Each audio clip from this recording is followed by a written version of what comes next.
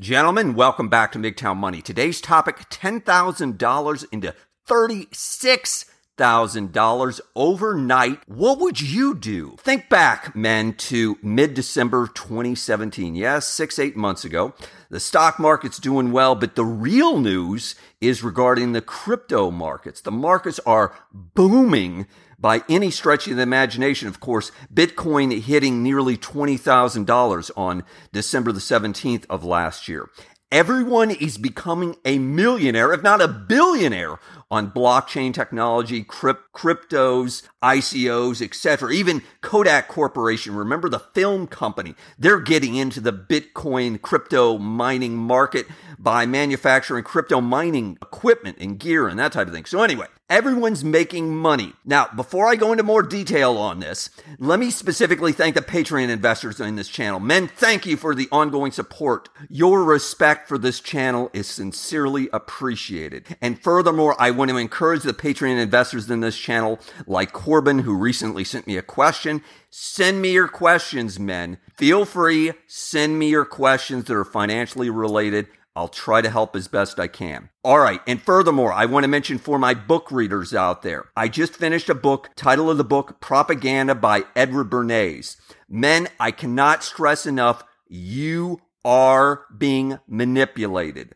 The system is at least attempting to manipulate you, whether it be consciously or subconsciously. They are trying to influence you, whether it be to buy things, whether it be to live your life a certain way, whether it be to vote for certain people or use certain technologies. Men, I highly recommend, even if you don't want to read it, they've got an audio version of it. See the video description of this book in today's videos. Again, see the video description. All right. So, men, you just got a hot tip. It's last December, and it's around about, let's say, December the 19th of last year. And this new company has recently come around. They've recently IPO'd. They have a initial public offering. They've recently started trading on the public exchange, specifically the NASDAQ in this case. The company name is Longfin. One word. LONGFIN, ticker symbol LFIN. They're a small company, but hey, some guy said they're doing tremendous things, and another person had a bunch of YouTube videos, and he is just pounding the table. What a great company this is going to be, etc. in the future. On Friday, December the 15th, the stock closes of Elfin at $22 and a penny. And you decide during that day, you decide, okay, hey, you know what? I got a little money here. Wow, this sounds great. I'm going to get rich. Everybody's getting rich, etc. So I'm going to put up $11,000. I'm going to buy 500 shares. Awesome. And what happens the following Monday, December the 18th? Now remember, December the 18th, just last year, the stock closes at $72.38. So the stock now has more than tripled effectively overnight in terms of from a trading perspective. Why? I mean, what happened? I mean, this is unbelievable. This is fantastic, right? Because they had announced, Elfin had announced that they're getting into blockchain technology. Wow, this is great. And they're buying this company called Ziddu, Z-I-D-D-U. You can look them up, ziddu.com, to verify everything that I'm saying is correct. So it's all looking good. And by the way, I should throw in here, a few days later, on December the 21st, just a few days later, 2017, there was one man who put up an article on Investopedia suggesting that, oh, that's right, maybe you want to sell this thing. But I'll leave that aside. He was suggesting maybe it was a mania. Now, let's fast forward a little bit, men.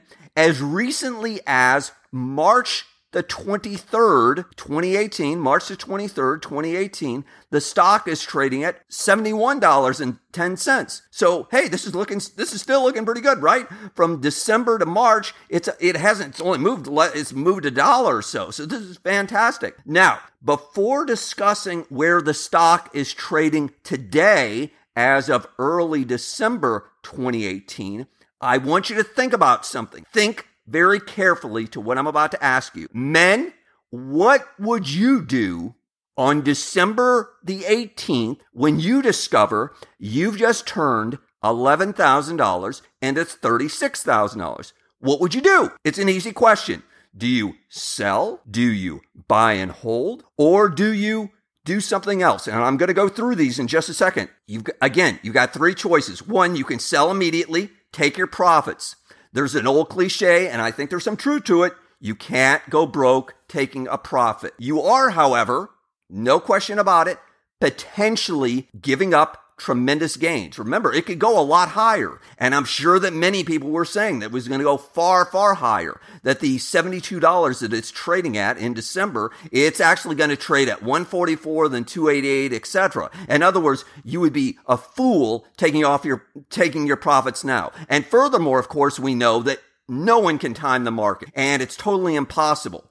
And so actually, buy and hold is best. So that's your other option. Now, you can have tremendous gains on buy and hold. And of course, great investors like Warren Buffett encourage buy and hold. And you'll see so much on the internet about the importance of buy and hold because, quote, everyone knows buy and hold is the best strategy. Be long and strong. Don't give in to fear, uncertainty, and doubt. Be a hodler, of course. Stocks for the long run, right?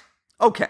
So again, you can sell immediately, take a profit. You can buy and hold, or a third option that's not frankly commonly discussed that I think that should be a lot more so is you could sell part of your position. Remember, men, I said that you purchased 500 shares. And it's kind of like if you've ever gone into the casino and you immediately got onto a hot streak, you could, of course, take some money off the table. In other words, your initial capital off the table and leave the rest riding. So, for example, you've got 500 shares. You could sell, let's hypothetically say 150 of the 500 shares, leaving you 350. So 150 you sell, you pocket that money, that more than makes up your $11,000 that you've put in if it's at $72 a share. And furthermore, you leave the 350 out there. It's just an idea. It's a way, of course, that you could catch that huge run that all those guys on YouTube or all your friends, etc., are telling you that it's going to have so much more running power, etc., in terms of how much farther it's going to go up. All right, men. So quickly, right off the top of your head, what's your decision? Are you going to sell? You going to buy and hold? Are you going to sell part of it like I suggest? This is extremely important because, men, you will probably run across this type of scenario. And you've got to think about this right now, today, because it will make you money in the future.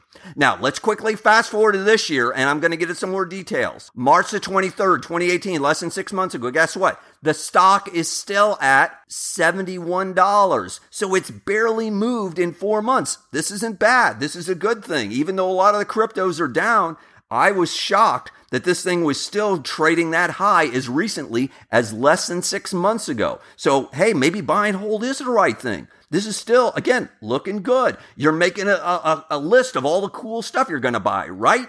You know, buy and hold's the way. Trading is dumb. Forget that stupid MFer on YouTube who talks about using stop losses, etc. And oh, by the way, I'm going to include a video in the description where some guy did a video about using stop losses to protect yourself in big run-ups in securities, etc. All right, so let's go back to our story here. Oops, man, there's a problem.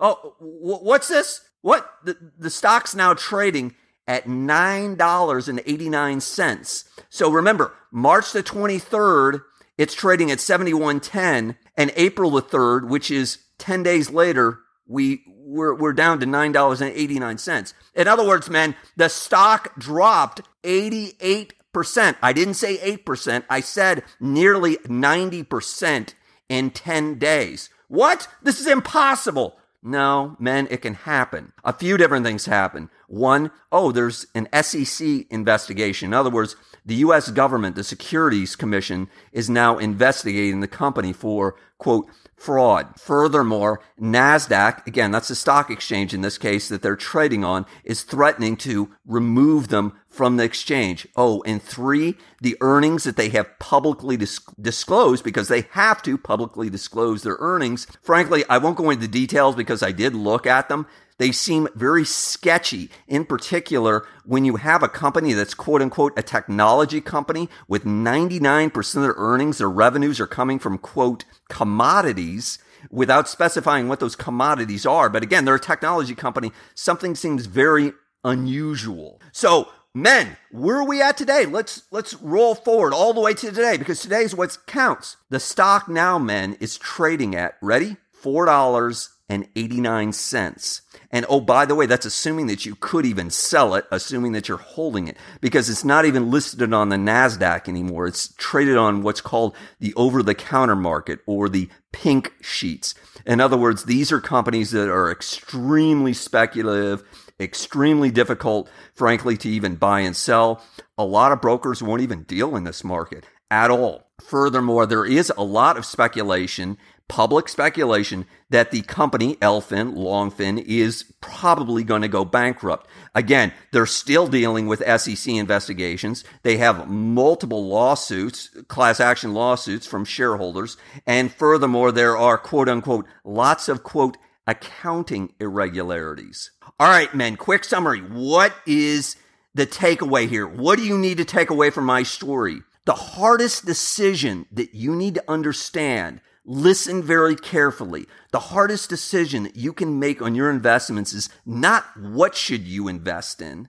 It's not when you should invest your money. It's actually when should you sell. Think about an exit plan. Think about an exit strategy before you put your money in. Inevitably, you're going to have misses. Inevitably, you are going to have some strikes against you. In other words, things aren't necessarily always going to play out in your favor. Furthermore, this also adds credence to the idea of don't put a huge percentage of your money into one particular stock, into one particular crypto, into one particular asset class. Remember, I've emphasized the importance of diversification, in particular diversifying across non-correlated asset classes. Men, hit the like button if you found this useful. As always, John Galt out.